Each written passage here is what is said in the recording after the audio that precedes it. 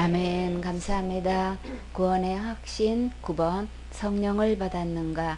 요한복음 16장 13절 말씀. 그러하나 진리의 성령이 오시면 그가 너희를 모든 진리 가운데로 인도하시리니 그가 자리로 말하지 않고 오직 듣는 것을 말하시며 장래일을 너희에게 알리시리라. 아멘. 그러하나 그러셨어요. 그러면 그 안에 어떤 일이 있었냐 하면 예수님께서 이제 제자들에게 말씀하시기를 우리가 잘 알고 있는 죄에 대하여라 하면 죄는 뭐가 죄라 그랬어요? 믿지 않는 게 죄죠. 그쵸? 저희가 나를 믿지 않는 게 죄고, 의에 대하여서면, 심판에 대하여서라면 라고 쭉 주님께서 이제 설명을 하고 계시는 거예요. 주님이 오셔서 제자들에게 해 주시고 싶은 말씀이 얼마나 많았겠어요. 그쵸? 그런데 주님께서 12절에 보니까 내가 아직도 너희에게 이를 것이 많으나 지금은 왜요? 너희가 아무리 얘기해 주고 싶은 얘기가 많은데도 불구하고 감당하지를 못하니까 그게 도대체 무슨 소린지도 모르겠고 막 그러니까 주님께서는 그 문제를 어떻게 하셨어요? 진리의 성령이 오시면 그랬어요. 성령님을 지금 어떻게 소개하고 계셔요? 진리라고 지금 소개하고 계셔요. 그렇죠? 그래서 진리는 곧 예수님이시죠. 예수님이 내가 곧 길이요 진리요 생명이다 하실 때 예수님이 진리라고 하셨는데 성령님도 이렇게 진리의 성령으로 이렇게 자신을 소개하고 계셔요. 그러나 진리의 성령님이나 예수님이나 다 같은 한 분이시죠. 근데 이들이 다 감당할 수가 없어서 그렇게 해주고 싶은 모든 이야기를 주님은 누구에게 이 글을 패스하고 계셔요? 그가 너희를 모든 진리 가운데로 인도하시리니. 여기서 그가 누구예요? 성령님이 오시면 그 성령님, 진리의 성령님이 오시면 너희를 모든 진리 가운데로 인도하신대요. 그러니까 지금은 감당 못해서 내가 다 해주고 싶은 얘기가 많지만 내가 진리의 성령께 지금 그 문제를 넘긴다고 지금 말씀하시는 거죠. 그래서 여기서 보면 이렇게 모든 진리 가운데로 이렇게 인도하신다 그랬어요. 성령님이 오셔서 하신 일이 지금 분명히 명확하게 지금 밝히고 계시죠. 지금 질문이 성령을 받았는가예요? 나는 지금 주님께서 보내주신 이 진리의 성령을 지금 나는 받은 적이 있느냐 말이에요. 그러면 그 진리의 성령을 반드시 받아야만 되는데 이 진리의 성령님이 오셔서 하시는 일이 뭐냐 하면 모든 진리 가운데로 우리를 인도하신다는 거예요. 모든 진리 가운데로 인도하신다는 것은 곧 예수님께로 인도하신다는 말씀인 거죠. 그러면 예수님이 이 세상에 오셔서 어떤 일을 하셨길래 진리의 성령님이 오셔서 이 예수님께로 인도하시냔 말이에요. 예수님이 이 땅에 오셔서 지금 하신 일, 우리는 제일 먼저 뭐라고 소개할 수 있어요? 우리가 많은 성경이 있지만 우리는 제일 먼저 예수님이 오셔서 이런 일을 하셨어요 라고 가장 쉽고 간단하게 하실 수 있는 말씀이 어디에 있나요? 여러분은 어떤 말씀이 생각나세요?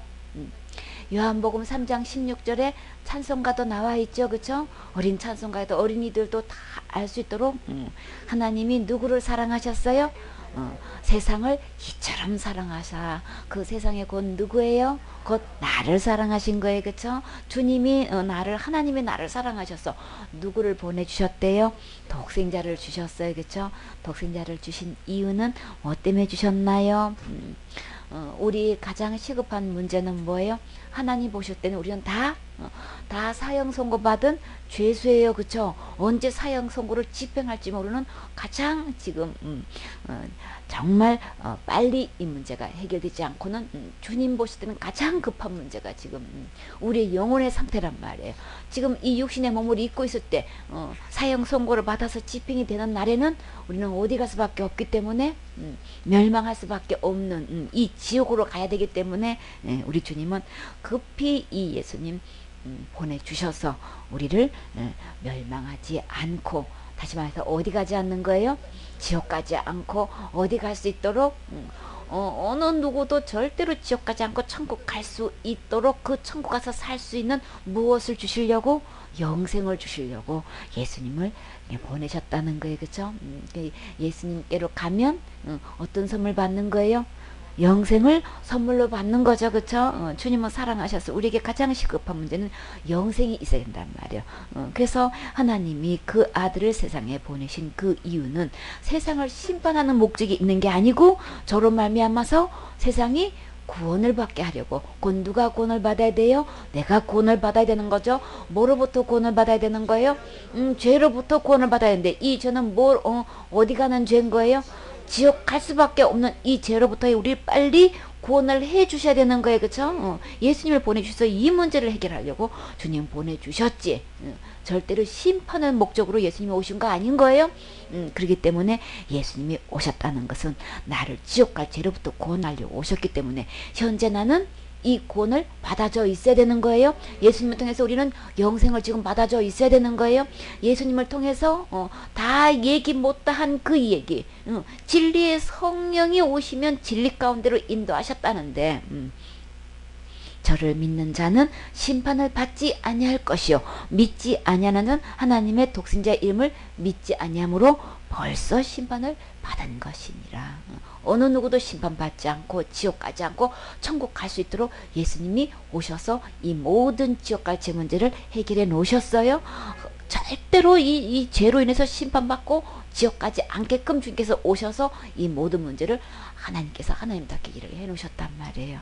그래서 우리 주님은 다 지옥 갈 죄 문제를 해결해 놓았는데 근데 어떤 사람이 지옥 가는 거예요? 내가 일평생 동안 살면서 613가지의 계명에 의한 율법에 의한 그 죄를 지어서 지옥 가는 게 아니고 성경에서 펴서 들어가서 보니까 어떻게 해서 지옥 가는 거예요? 절대 죄로 인해서 심판받고 지옥 가지 않도록 멸망하지 않도록 예수님을 보내주셔서 이 문제를 다 완벽하게 해결해 놓으시고 우리에게 영생을 주셨다고 하셨어요. 그렇죠? 그럼 우리는 뭘 받으면 되는 거예요? 주님께서 주시는 이 영생을 받으면 되는 거죠. 받는다는 게 곧 뭐예요? 믿는 거죠. 예수님이 다 이루어놓으신 거 우리는 받으면 되는 거예요. 그게 믿음인 거예요. 그래서 죄는 뭐가 죄인 거예요? 죄에 대해서라면 저희가 믿지 않는 거예요. 예수님이 지옥 가지 않게끔 다 해놨는데 이게 안 믿는 게 죄란 말이에요. 그래서 이 영생을 얻기 위해서 주님께서 이미 심판받지 않게끔 다 해놓았는데도 불구하고 저희가 이 독생자 이름을 믿지 않다는 거예요. 독생자 이름은 뭐예요? 예수님인 거죠. 자기 백성을 저희 죄에서 구원해 놓으신 분이란 말이에요. 이 독생자 이름을 믿지 않다는 거예요. 하나님의 독생자 이름을 믿지 않는 거예요. 이미 구원해 놓으신 이 예수님을 안 믿어서 지옥 가는 거예요. 안 믿어서 심판받는 거예요. 그래서 이 안 믿는 자는 뭐가 따라다니는 거예요? 벌써 심판을 받은 거기 때문에 심판이 따라다녀. 그 무서운 진노가 지금 따라다니고 있단 말이에요. 영생이 따라다녀야 되는 거죠. 그렇죠? 천국이 따라다녀야 되는 것이지. 이렇게 교회 다니면서 예수님 믿는다고 하면서 정작 죄로부터 완벽하게 구원해 놓으신 이 예수님을 안 믿어서 이미 그냥 판정이 나졌어. 어떻게? 심판, 죽음은 심판, 죽음은 지옥, 이렇게 지금 심판이 이미 벌써 심판을 받은 것이니라 이렇게 했단 말이에요. 주님은 누가 뭐래도 지옥 갈 모든 죄 다 권해 놓으셨어요. 너무나 많은 사람들이 이 예수님을 안 믿고 있단 말이에요. 그래서 하나님의 독생자의 이름을 믿지 않음으로 벌써 심판을 받은 거예요. 믿지 않으면 그 믿지 않는 죄로 인해서 심판받고 지옥 가요. 주님께서 독생자를 보내주셔서 지옥 갈 모든 죄를 이렇게 심판도 받지 않고 지옥 가지 않도록 어떻게 구원해 놓으셨을까? 우리는 어디 가면 이 말씀을 분명하게 알 수 있어요. 히브리서에 가서 보면 우리 그거 분명히 알 수 있죠. 히브리서 10장 10절에 보면 이 뜻을 쫓아 예수 그리스도의 몸을 단번에 드심으로 말미암아. 그리스도의 몸을 단번에 드리셨다는 것은 하나님이 세상을 이처럼 사랑하사 독생자를 주셨다고 하셨죠. 그 말씀하고 똑같은 거예요. 이 그리스도의 몸을 단번에 드리셨다는 것은 어떻게 하신 거예요? 십자가에서 피 흘려서 죽으신 거예요. 왜 드려야 되는 거예요? 왜 죄의 삭은 죽는 거기 때문에. 사망이 그때 피 흘림이 없은즉 사함이 없느니라. 피를 흘려야만, 다시 말해서 목숨을 내놓아야만 이 죄 문제가 해결되기 때문에. 근데 우리는 죄 지은 장본인은 아무리 생명을 내놔도 우리는 죄를 해결받을 수 없어요. 그쵸? 죄 지은 장본인은 해결할 길이 없어. 마땅히 죄값을 지불을 할 것만 남았지 죄의 해결을 위한 죄값을 지불할 생명은 없는 거예요. 그럼 어떤 피만? 거룩한 피만, 죄를 짓지 않는 의로운 피만 죄를 대신할 수 있는 거예요. 그래서 예수님은 말씀으로 우주 만물은 창조하셨어도 죄 문제는 말로 안 돼요. 그렇기 때문에 몸을 입고 오신 거예요. 그래서 이 뜻을 쫓아 율법에 의하면 우리는 그 죄로 인해서 하나만 보면 다 지옥 갈 수밖에 없는데, 이 율법의 완성이 되기 위해서, 마침이 되기 위해서, 율법을 끝내주시기 위해서 우리 주님은 몸을 입고 오셨어요. 그래서 율법을 완성이 되셔가지고 율법을 완전하게 다 이루시고 새로운 법을 세워서 절대로 한 명도 지옥 가지 않고 천국 갈 수 있도록 주님은 몸을 입고 오셔서 이 죄 문제를 해결하실 뿐더러 또 새로운 은혜의 법을 이렇게 주님께서 새로 만드셔서 어느 누구도 다 살릴 수 있는 이 생명의 법, 이것을 성령의 법이라고 해요. 이렇게 주님께서 십자가의 죽음과 부활을 통해서 몸을 단번에 들이심으로 말미암아 우리에게 거룩함을 얻게 해주신 거예요. 거룩하다는 것은 죄가 하나도 없는 상태인 거예요. 지옥까지를 다 예수님의 몸을 들이심으로 거룩하게 해놓기 때문에 어느 누구도 지옥 가지 않게끔 이렇게 해놓으신 거예요. 그러면 심판받지 않고, 다시 말해서 멸망하지 않고 영생을 얻게 하신 것은 예수님의 몸을 들여서 거룩하게 해놨다는 거예요. 그러면 죄로부터 다 구원해 놓으셨다는 것이 곧 우리에게 거룩함을 주셨다는 말씀하고 다 연결되는 거죠. 다 똑같은 얘기인 거예요. 예수님이 이렇게 몸을 들여서 우리가 지옥까지부터 이렇게 깨끗하게 해 놓으셔서 한 명도 지옥 가지 않게끔 이렇게 해 놓으셨어요. 그래서 오직 그리스도는 죄를 위하여 영원한 제사를 드리시고, 몸을 드리시는 그 제사, 화목제물을 드리는 그 제사가, 단번의 제사가 영원한 제사가 되어진단 말이에요. 그러니까 우리 일생 동안 살면서 과거제, 현재제, 미래제 할 것 없이 주님은 이 단번에 드리는 이 제사로 영원한 제사의 효력이 발생되는 거예요. 그래서 영원한 제사를 드리시고 하나님 우편에 앉아 계신단 말이에요. 지옥 갈 죄로 주님께서 완벽하게 이 죄 문제를 다 용서해 놓으셨기 때문에 더 이상 죄로 인해서 제사 드릴 필요가 없게끔 해 놓으신 거예요. 그래서 저가 한 제물로 거룩하게 된 자들을 그 효력이 얼마만큼가요? 영원히 온전케 하셨느니라. 이렇게 예수님이 십자가의 죽음과 부활을 통해서 이렇게 거룩한 제사를 영원히 온전케 해 놓으셨기 때문에 그날 이후로 주님께서 세울 약속이 있는 거예요. 세울 법이 있는 거예요. 어떻게 법을 세우셨어요? 저희 생각과 저희 마음에 어떻게 법을 기록해 놨어요? 저희 죄와 저희 불법을 내가 다시 기억하지 않겠다. 예수님이 십자가의 죽음과 부활을 통해서 우리 지옥 갈 죄를 주님께서 전혀 기억하지 않겠다고 이렇게 약속을 해주셨어요. 언약을 해주셨어요. 그래서 이것을 다 용서해 놓으셨기 때문에, 지옥 갈 죄를 예수님이 오셔서 다 용서해 놓으셨기 때문에 그 죄를, 지옥 갈 죄를 위해서는 제사 드릴 필요가 전혀 없는 거예요. 그럼 우리는 어떻게 천국 갈 수 있어요? 예수님의 보혈을 힘입고 하늘나라에 담대하게 갈 수 있게끔 주님이 오셔서 다 해결해 놓으셨어요. 성령님이 오셔서 하실 일이 뭐냐고요? 성령의 이 진리 가운데로 인도하신다는 거예요. 그럼 다시 말해서 예수님께로 인도하신 일을 하신다는 거죠. 성령이 오셔서 이렇게 저가 오셔서 자의로 말하지 않고 오직 듣는 것을 말하시며, 스스로 자기의 이게 생각이나 뜻이나 의견을 말씀하지 않고 전부 다 예수님께서 하신 말씀을 하신다는 거예요. 그래서 예수님이 마지막 가셨을 때 어떤 말씀을 하셨어요? 제자들에게 마태복음 28장 20절에 내가 너에게 분반 모든 것을 가르쳐 지키게 하라 이렇게 부탁하셨죠. 예수님께서 분부한 것을 가르치라 이렇게 말씀하신 것처럼 성령님도 오셔서 자기 생각과 의견이나 그렇게 자기 뜻대로 무슨 말씀을 하시는 게 아니고 전부 다 진리의 말씀대로 이렇게 오직 듣는 것을 말씀하신다는 거예요. 그러면 주님께서 이렇게 듣는 것을 말씀하신다고 분반 모든 것을 가르쳐 지키게 하라고 이렇게 당부하고 가셨는데, 이 성경에 대해서는 이 성경은 누구에 대해서 기록하고 있는 거예요? 예수님에 대해서 기록하고 있는 거죠. 요한복음 5장 39절에 보면 너희가 성경에서 영생을 얻는 줄 생각하고 성경을 상고하거니와, 이 성경은 누구에 대해서 기록했어요? 곧 내게 대해서 증거한 것이다. 그러나 너희가 영생을 얻기 위하여 문제는요, 내게로 오기를 원하지를 않아. 교회 다니면서 예수 믿는다고 하면서 정작 저 예수님 믿어요 하는데, 근데 영생 얻기 위해서는 예수님께로 오지를 않는데 그러면 교회 다니면서 예수님 믿는다고 하면서 그러면 교회는 왜 나와? 예수님을 왜 믿어요? 사람들 체킹해보면 어떤 예수를 믿고 있어요? 치료받기 위해서. 치료받기 위해서, 문제 해결을 위해서, 자녀를 위해서, 관계 회복을 위해서, 그리고 축복받기 위해서 교회는 다녀. 예수님 믿는다고는 해. 근데 정작요, 너무나 많은 사람들이 영생 얻기 위해서는 예수님께로 오지를 않는다는 거예요. 영생 얻는 데에서는 전혀 관심이 없어. 교회 다니면서도 예수님 믿는다고 하면서도 정작 예수님께로 오는 사람을 지금 주님께서 없다고 그러죠. 성경은 내게 돼서 영생을 얻는 자고 성경도 읽고 성경을 필독도 하는데도 불구하고 영생에 대해서는 도대체 어떻게 예수님께로 오지를 않는데, 영생을 얻으려면 누구한테로 와야 되는 거예요? 예수님께로 와야 되는데 전부 다 영생, 나 천국 가려고요. 전부 다 뭐 하고 있어? 내가 뭘 열심히 하고 있고 충성봉사 헌신하고 있고 지금 전부 다 예수님께로 오는 게 아니야. 전부 다 뭐 하고 있는 거예요? 자기가 다 하고 있는 거예요.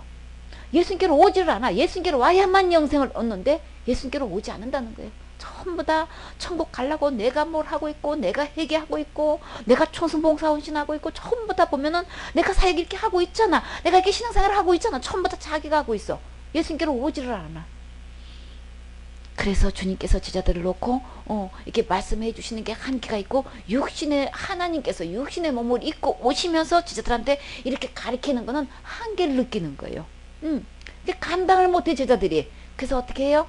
진리의 성령께 이 문제를 패스하고 그분이 오셔서 이렇게 진리 가운데 너희를 인도하실 거다. 대책이 없으신 게 아니고 대책을 마련해 놓으시고, 주님은 너희들이 감당 못해서 내가 해줄 말이 너무나 많은데 진리의 성령이 오시면 너희를 진리 가운데로 인도하실 거야. 이렇게 말씀하시는 거예요. 그래서 진리의 성령이 오셔서 전부 다 누구에 대해서 말씀하신다고요? 진리에 대해서 청구하신다는 거예요. 예수님에 대해서 청구하신다는 거예요. 예수님이 오셔서 이렇게 해놓으셨다는 것을 구구절절 다 가르쳐 주실 거야. 인도해 주실 거야. 지금 이렇게 말씀하시는 거예요. 그래서 그냥 교회 다니는 사람들 만나서 체킹해보면 구원 받으셨습니까? 이러면 대답 뭐라 그래요? 그냥 구원 받았다, 못 받았다 이렇게 대답하면 되는 거죠. 그 질문할 때는 왜 질문하는 거예요?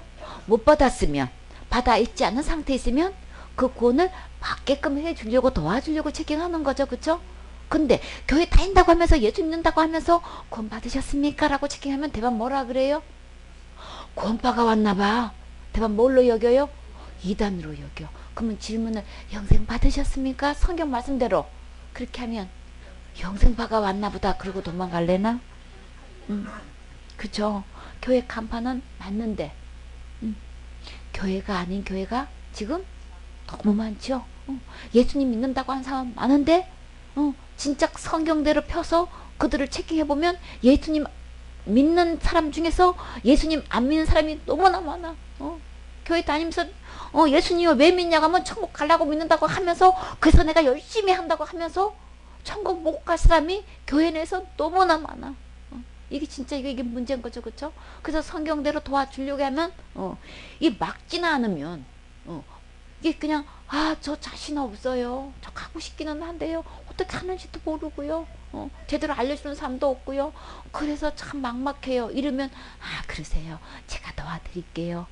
말씀 들으실래요? 이렇게 겸손한 마음으로 마음을 열고 말씀을 받아들이면 이게 그냥 그야말로 일사천리로 도와줄 텐데 그저 그냥 교회 다니는 사람이 구원에 대한 질문을 하면은 그냥 다 그냥 이단으로 여기고 구원파라 여기고 영생파라 여기고 전부 다 이렇게 이야기를 해버리니 참 이게 참 안타까운 사실인 거죠. 아예 교회를 다니지도 않고 예수님 안 믿는 사람들은 뭐라고 그래요? 지금 돌아가셔도 천국 갈 수 있으세요? 아이고 죄가 많아서요. 나 같은 사람이 어떻게 천국을 가요? 교회도 안 다니는데요. 벌써 이렇게 나오죠. 그쵸? 교회 다녀서 구원받는 천국 가는 게 아니고요. 죄 때문에 천국 못 가는 게 아니고요. 예수님 믿으면 천국 가실 수 있어요. 어르신 어떻게 천국 가시는지 알려드릴 테니까 들으실래요? 그러셔요. 아이고 그러면 고맙죠. 말씀해 보세요. 이렇게 해서 듣는 사람은 기회가 있는 거예요. 그렇죠? 교회 다니면서 내가 내 나름대로 영생을 얻으려고 천국 가려고 애쓰고 힘쓰는 사람은 정작 예수님에 대해서 예수님이 다 구원해 놓으셨고 예수님께로 가야 구원을 받습니다. 영생을 얻습니다. 이렇게 톤해 주려고 뉴턴 시켜 주려고 하면은 대박 그냥 거부를 한단 말이에요. 그렇죠? 그러니까는 마음이 높아 가지고 제가 뭘 한 게 있는 자기 의가 있어 가지고 이걸 못 받아들인단 말이에요. 그래서 참 안타깝죠. 우리는 누가 뭐래도 우리는 마음을 어린아이 같이 해서 기록된 하나님 말씀을 들으셔야 되는 거예요. 말씀대로 믿으셔야 되는 거예요. 이 주님께서 그냥 모르니까 주님께서 들려주시려고 이렇게 사역자를 부셔주시는데 마음이 높아가지고 말씀을 안 듣는단 말이에요. 그리고 성령님이 오셔서 어떤 일을 하신다 그랬어요? 장래일을 너에게 알리시리라. 다가올 미래에 대해서 장차 어떻게 될 것에 대해서 성령님이 오셔서 다 말씀해 주신다는 거예요. 그래서 주님께서 성령님께서 우리에게 교회들에게 하시는 성령의 교회들에게 하신 말씀을 들을지어다. 교회 다니면 진짜 성령님이 하신 말씀을 우리 들어야 되는 거죠. 말씀하시면 우리는 아멘으로 받아들여야 되는 거예요. 그렇죠? 그래서 베드로를 통해서 성령님께서 어떻게 말씀하셨어요? 베드로 후서 3장 8절에 보면 사랑하는 자들아 주께는 하루가 천년 같고 천년이 하루 같은 이 한 가지를 잊지 말라. 하나님의 계산 방법은 보니까 이 말씀이 어디 나와 있어요? 시편 90편 4절에 보면 주의 목전은 천년이 지나간 어제 같다 그러는 거예요. 천년이 하루 같다고 했는데 어제 같으대요. 그리고 어제 같을 뿐더러 그러면 어제면 하루잖아요. 그렇죠? 밤의 한 경점 같을 뿐이니다. 밤의 한 경점은 뭐예요?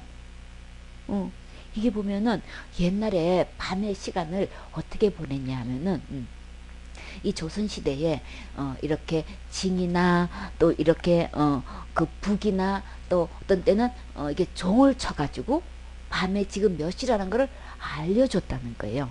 그래서 밤이 되면은 이게 초경이 있고 이경이 있고 삼경, 사경, 오경이 있어요. 이렇게 종을 쳐주는 거예요. 북을 쳐주는 거예요. 징을 쳐줘서 그 시간을 알려주는 거예요. 그냥 한 경점 같다면 지금 천년이 지금 그 몇 시간 되는 거예요?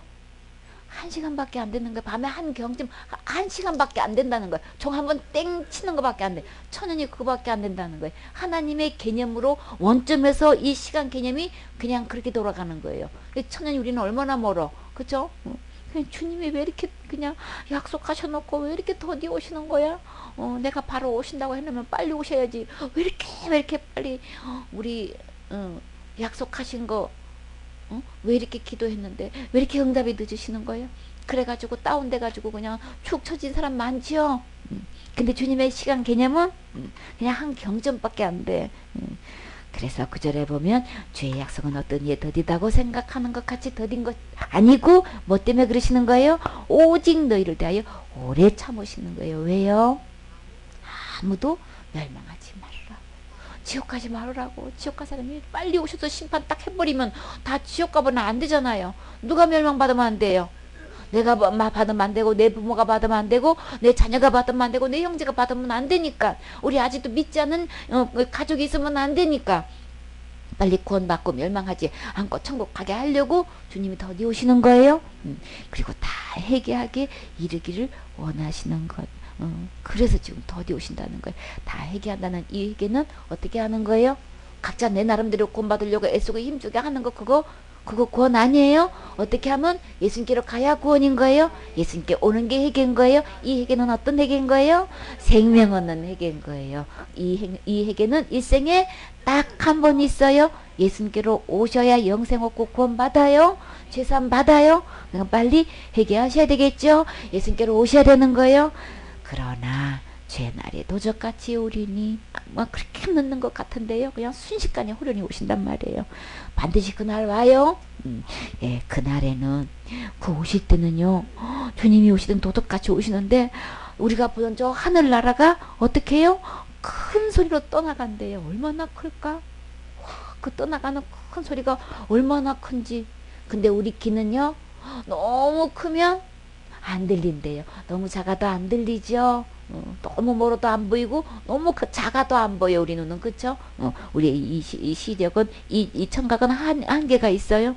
근데 하나님께서 이 하늘이 떠나갈 때요 엄청난 큰 소리로 떠나간대요. 와, 그럼 고막이 다 터질 거야. 너무 커서. 그쵸?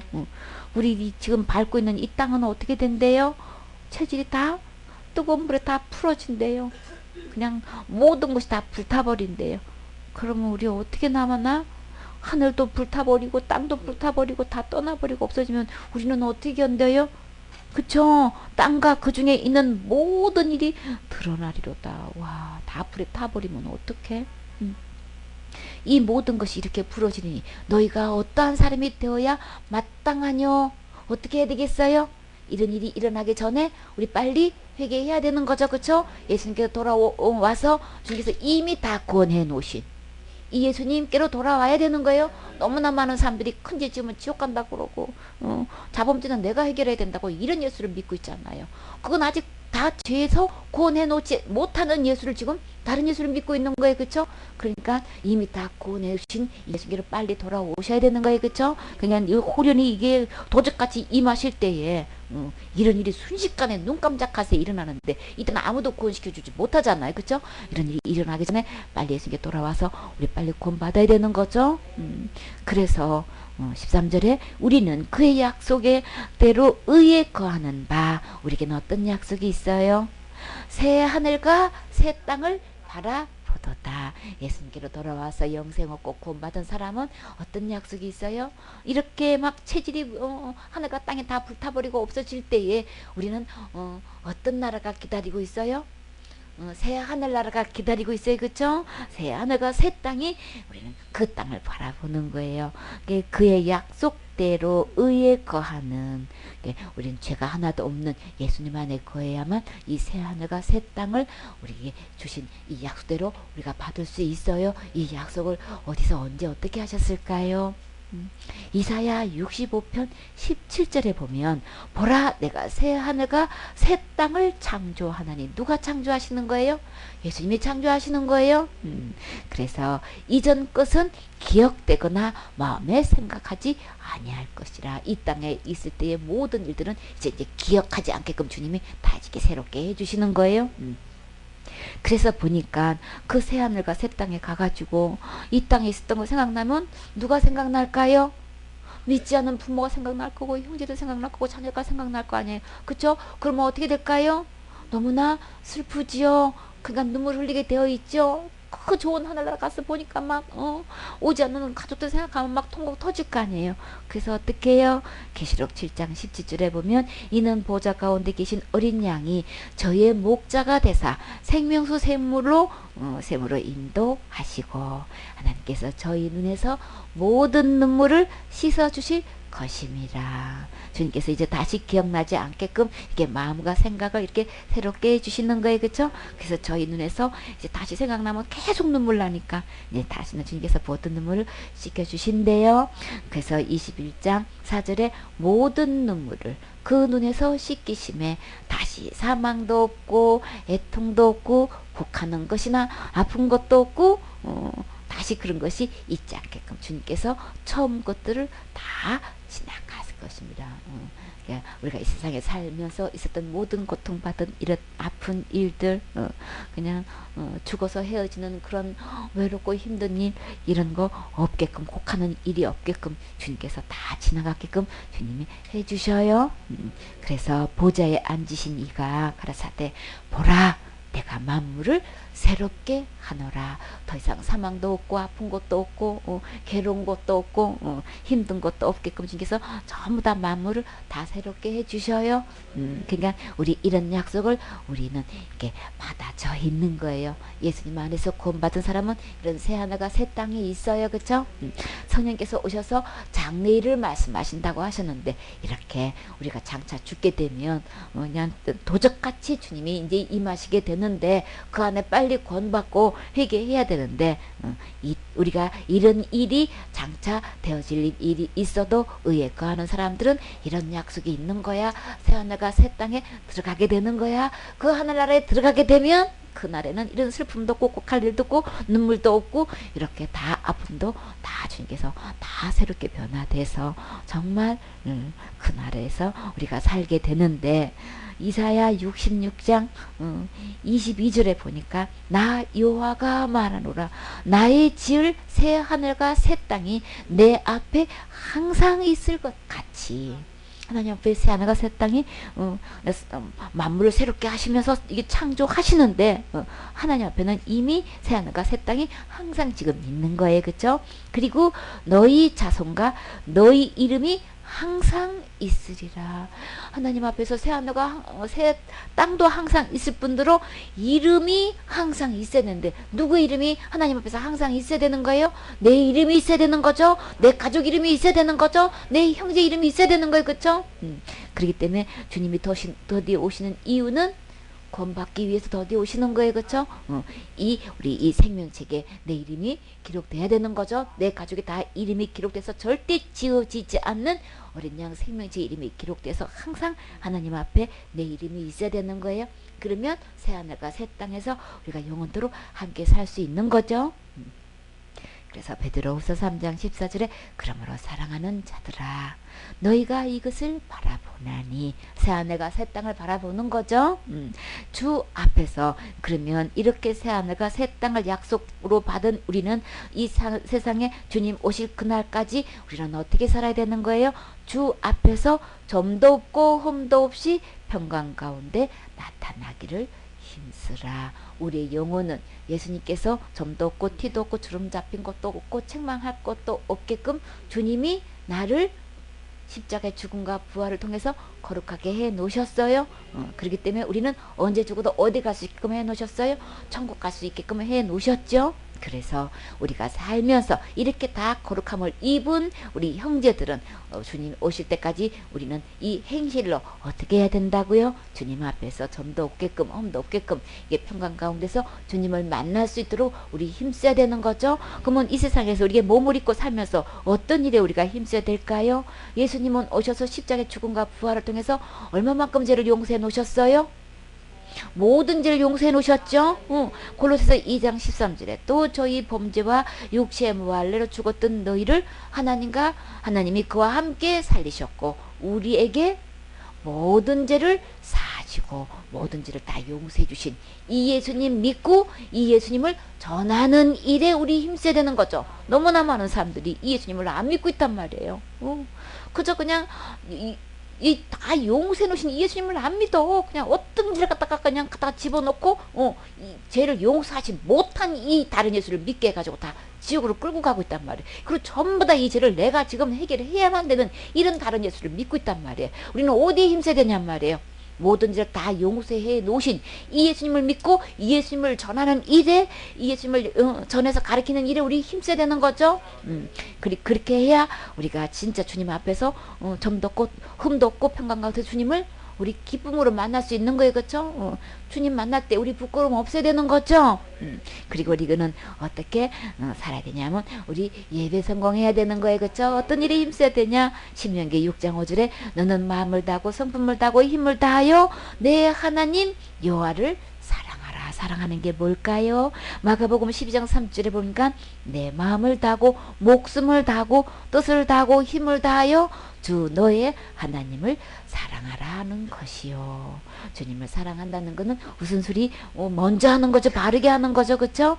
그래서 마태복음 6장 33절에 너희는 먼저 그의 나라와 그 의를 구하라. 그리하면 이 모든 것을 너희에게 더하시리라. 우리가 삶 속에서 진짜 그리스도 안에 있는 사람은 어떤 일에 힘써야 되냔 말이야. 하나님 앞에서 점도 없고 티도 없고 책망받을 것도 없는 삶을 살려면 어떻게 힘써야 되냐? 예배 성공하면서 우선순위를 바로 하면서 우리의 삶 속에서 모든 필요가 있지요. 그럼에도 불구하고 어디에 힘쓰면 정말 주와 복음을 위해서 교회에서 마땅히 해야 할 이 복음 사역을 위해서 해야 할 이 일에 필요한 것을 먼저 하나님께 드려야 된다는 얘기를 하는 거예요. 그러면 주님께서 어떤 대책을 마련해 놓으시고 먼저 하라고 이렇게 말씀하시는 거예요. 하나님의 자녀가 돼서 예배 성공하면서 예배 성공하는 게 뭐냐는 거예요. 어떻게 힘써야 된다는 거예요. 먼저 그의 나라와 그 의를 위해서 복음을 전하는 그 일에 의해서 우리가 먼저 우선순위를 바르게 하게 되면은 주님이 더해 우리가 일상생에서 살면서 필요한 모든 것을 내가 힘쓰고 애쓰고 하는 그거를 내가 내 삶의 필요를 먼저 그렇게 하는 것보다도 우리의 필요는 누가 더 해주신다는 거예요. 하나님께서 알아서 더 풍성히 더 해주신다는 약속을 하시는 거예요. 그러니까 마땅히 너희는 먼저 그 나를 그 일을 먼저 구해라. 그러면 내가 축복해 줄게. 얼마만큼? 이 내가 먼저 할 때에 30배, 60배, 100배, 1000배, 10,000배로 더 해줄지 우리는. 그쵸? 그 마음에서 막 우선순위를 먼저서 이렇게 먼저 드리게 되면은 우선순위를 바로 하게 되면 예배 성공하면 너희 필요는 내가 앞장서서 내가 더 해줄게. 이 약속을 하시는 거예요. 그래서 오늘 있는 이 일로 인해서 내가 이런 일 저런 일 근심하게 되고 또 염려하게 되고 어떤 일을 앞으로 되어질 일에 대해서 우리가 걱정하게 된단 말이에요. 걱정하는 일을 그거 우선순위 먼저 하면 나 어떻게 장가는 언제 가? 결혼식은 언제 해? 집은 언제 마련해? 나 이거 필요한 거 어떻게 해결해? 막 우리 이거 걱정하게 되죠. 그쵸? 걱정은 언제 하랬어요? 내일 하랬어요. 그러니까 우리는 주님은 그럼 뭐 하라는 거예요? 걱정하지 말라는 거죠. 내가 다 더해주는 축복을 해줄 테니까 내가 어떻게 축복해줄지 한번 봐봐. 그러니까 나한테 맡기고 너희는 먼저 교회에서 해야 할 이 주님의 이 의의 일, 복음을 전하는 이 일에 먼저 우선순위를 먼저 그냥 드리란 말이야. 지금 그거 말씀 거기에 힘써. 그래서 주님께서 빌립보서 4장 6절에 뭐라고 하셨어요?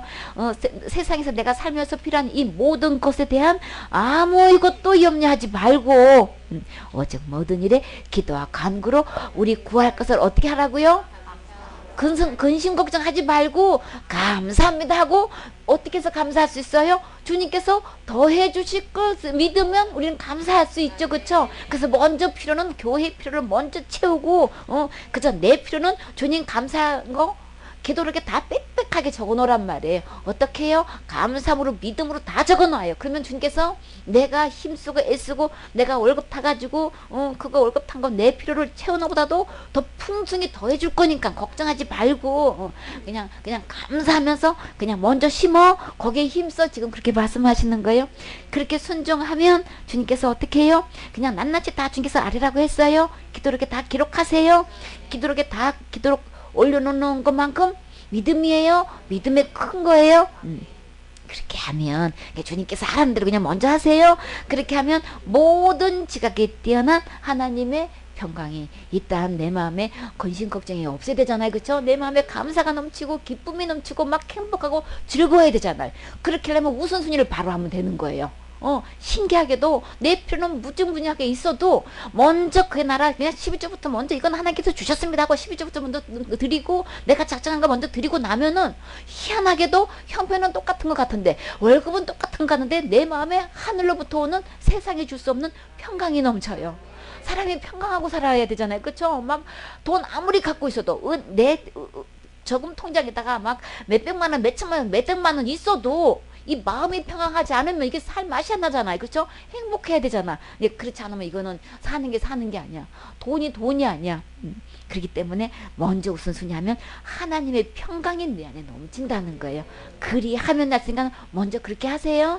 그러면 마음에 근심도 없게 되고 걱정도 없게 되고 맨날 기쁘고 즐거운 가운데서 살 수 있게끔 해주신단 말이에요. 관계도 너무너무 행복해져. 부부관계도 너무나 행복하고 자식 문제도 그냥 걱정할 일이 없게끔 주님께서 더해주시는 축복을 해주신단 말이에요. 책임지신다는 말씀을 하시는 거죠. 이것을 우리는 체험을 해가 살아야 된단 말이에요. 그럼 우선순위 먼저 해야 되는 거죠. 힘써야 되는 거예요. 그 일에 먼저 그리하면 그게 하라는 대로 먼저 순종하세요. 그렇게 되면 그리스도 예수 안에서 너희 마음과 생각을 지키시리라. 근심 걱정도 없고 그저 기쁘고 감사하고 행복하고 그저 그냥 주님을 향해서 그렇게 좋을 수가 없어. 그냥 웃음꽃이 피어. 그러니까 그저 저 집이 천국이야 이런 소리 들어야 되잖아요. 그쵸? 똑같이 우리가 받는 그런 일들이 일어나도 저 집은 맨날 웃어 맨날 저렇게 행복해해 참 희한해 나보다도 그냥 생활비도 별로 없는 것 같고 그런 것 같은데 저렇게 그냥 깨가 쏟아져. 이렇게 주님께서 살게 하게끔 책임지신다는 거예요. 약속을 하시는 거예요. 그래서 주님께서 계시록 22장 12절에 보라 내가 속히 오리니 내가 줄 상이 내게 있어. 주님께서 줄 상은 주님께 있다는 거예요. 그래서 각 사람에게 그 일한 대로 갚아 주리라. 먼저 이렇게 우선순위를 그의 나라 의에 두고 이렇게 거기 일에 힘쓰면 내가 줄 상을 너희에게 다 갚아주신대요. 그러니까 우리 이상 받아야 되는 거죠, 그렇죠? 주님께서 주시는 이 하늘에서 보화가 있다는 우리 이상 받고 우리 누려야 되다. 우리 적어도 레벨이 그 정도 돼야 되잖아요, 그렇죠? 막 그냥 상급이 그냥 쌓이고 주님께서 이렇게 먼저 했더니 주님이 이렇게 축복해 주셨어요. 이 간증이 계속 쏟아져서 나와야 되잖아요, 그렇죠? 그러면 하나님께 영광 돌리는 삶을 살 수 있는 거죠. 점도 없고 티도 없고 주름 잡힌 것도 없고 이 평강 같아 살 수 있는 삶이 되잖아요. 우리 여기 일에 힘써야 되겠는 거죠.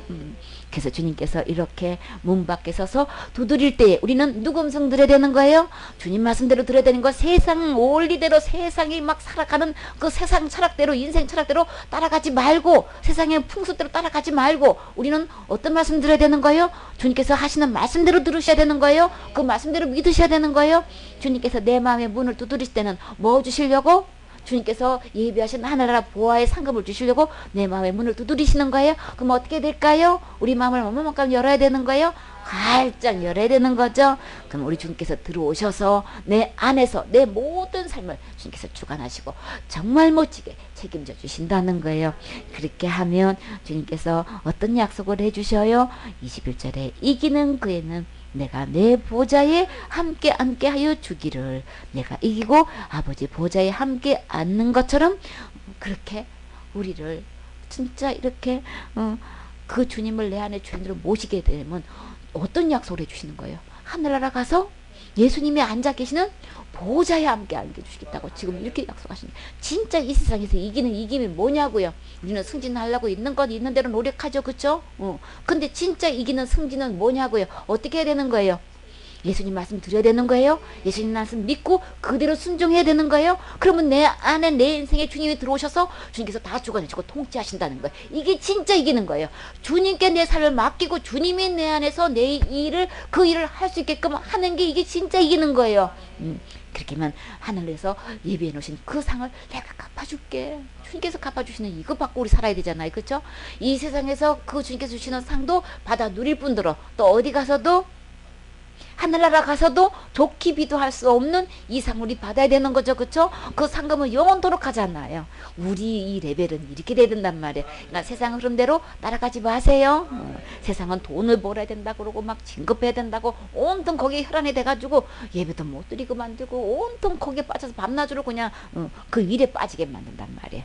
그걸 딱 떠나서 우리는 그냥 딱 끊어버리고 우리는 누구 말씀 들어야 돼요? 예수님 말씀에 아멘하고 듣고 예수님 말씀에 우선순위에서 예배 성공하는 일에 최우선을 두고, 그쵸? 무슨 일도 난 예배 성공해야 된다. 그리고 이 주님께 구별해서 드려야 된다. 그리고 주님께서 내게 요구하시면 뭐까지도 마이너스까지도 퍼서 주님께서 심으라고 하면 그냥 가감하게 아멘하고 심으면 주님이 다 책임져 주셔요. 그렇게 해서 내가 너에게 상을 주려고 지금 그렇게 감동을 주시는 거야. 그러니까 빨리 그렇게 믿은 대로 된다고 했죠. 순종 하나 안 하나 주님 말씀대로 믿고 그렇게 하나하나 주님 그거 보시는 거란 말이에요. 그렇게 감동을 이렇게 두드리면서 주실 때 빨리 문을 활짝 열고 순종하세요. 그러면 주님께서 이렇게 상을 주신다고 약속하셨고 내가 보좌에 앉아서 이렇게 내 보좌에 함께 앉게 해줄게. 보좌에 함께 앉으면 어떻게 하시려고 주님께서 보좌에 앉게 해주셔요. 22절에 기 있는 자는 성령이 교회들에게 하시는 말씀을 들을지어다. 성령님이 오셔서 장례를 너에게 말씀하시는데 이 말씀 들으셔야 돼요. 이 말씀 듣고 아멘 하시면 주님께서 어떻게 해주셔요? 보좌에 함께 앉으시는데 보좌에 앉아서 뭐 하시는 거예요? 계시록 22장 5절에 보면 다시 밤이 없겠고 천국은 밤 없어요. 등불과 햇빛도 쓸데없대요. 어떻게 해요? 이는 주 하나님이 저에게 빛이심이라. 주님은 빛이시죠? 우리는 빛의 자녀예요. 하나님 보좌에는 뭐가 둘러져 있어요? 무지개가 둘러져 있어요. 그쵸? 그 아름다운 빛이 둘러져 있을 뿐더러 그 하늘에는 신기한 빛이 비친다 그랬어요. 그쵸? 오색찬란한 그 오묘한 빛이 그 천국에는 쫙 비치기 때문에 이루 말할 수가 없어. 그러니까 우리 성령께서 하시는 말씀 우리 들어야 되는 거죠. 이렇게 하나님 보좌에 아버지의 보좌에 함께 앉는 것 같이 하신다고 하셨는데 세상에 이렇게 밤도 없고 등불 때 햇빛도 쓸데없고 하나님 빛이 되시는 그 왕국에서 우리를 보호자에 앉게 하셔서 어떤 일을 하게 하시려고 주님께서 이렇게 하신다는 거예요. 저희가 세세토록 왕노릇하게끔 해주신다는 거예요. 진짜 우리 예수님 말씀 듣고 예수님 말씀대로 믿어서 우리 이거 진짜 우리 이겨야 되는 거죠. 우리 승리해야 되는 거죠. 이기면 이것이니 우리 이 말씀대로 듣고 지켜 행할 때에 주님께서 우리에게 이렇게 하늘나라 큰 상급을 주실 뿐만 아니라 보호자에 앉아서 왕노릇하는데 세세토록 그 기한이 세세토록 가도록 우리 이 축복 받아야 되는 거죠. 그래서 성령님이 오셔서 이렇게 진리의 성령이 오시면 그가 너희를 모든 진리 가운데로 인도하신다라고. 근데 우리 그분 말씀대로 인도하시는 거죠. 우리는 세상의 흐름대로 우리는 살아가게끔 자꾸만 살아는 그렇게 밤낮으로 그거 들려준단 말이에요. 절대 그 말에 휩쓸려 떠내려 가지 말고 살아있는 고기는 물결을 거슬려서 올라온다 그랬어요. 그쵸? 그렇기 때문에 진리의 모든 진리 가운데로 인도하시는 이 말씀에 우리 순종하고 아멘 해야 되는 거예요. 나의 계명을 가지고 지키는 자야 나를 사랑하는 거예요. 그쵸? 주님을 사랑해 마음을 다하고 힘을 다하고 뜻을 다하고 목숨을 다해서 성품을 다해서 주님 사랑하는 게 뭐냐고요. 말씀대로 지켜 행하는 거예요. 그쵸? 말씀대로 먼저 듣는 거예요. 듣고 아멘하고 순종하는 거예요. 그게 주님 사랑하는 거라고요. 그래서 성령님이 오셔서 진리 모든 진리 가운데로 인도하실 때 우리 따라와야 되는 거죠. 이 성령님도 이렇게 자유로 말씀하시지 않고 이렇게 오직 듣는 것을 예수님께서 하신 말씀대로 그대로 말하시고 장례일도 이렇게 다 말씀하시는데 우리도 정말 기록된 이 하나님 말씀 이 말씀대로 듣고 이 말씀대로 믿어서 우리 이 양육해가지고 모든 영혼들 내게 붙여주실 때 주님이 오실 그날에 우리 정말 이 말씀대로 순종해서 다 천국 갈 수 있는 이 축복을 누리셔야 되겠지요. 아멘.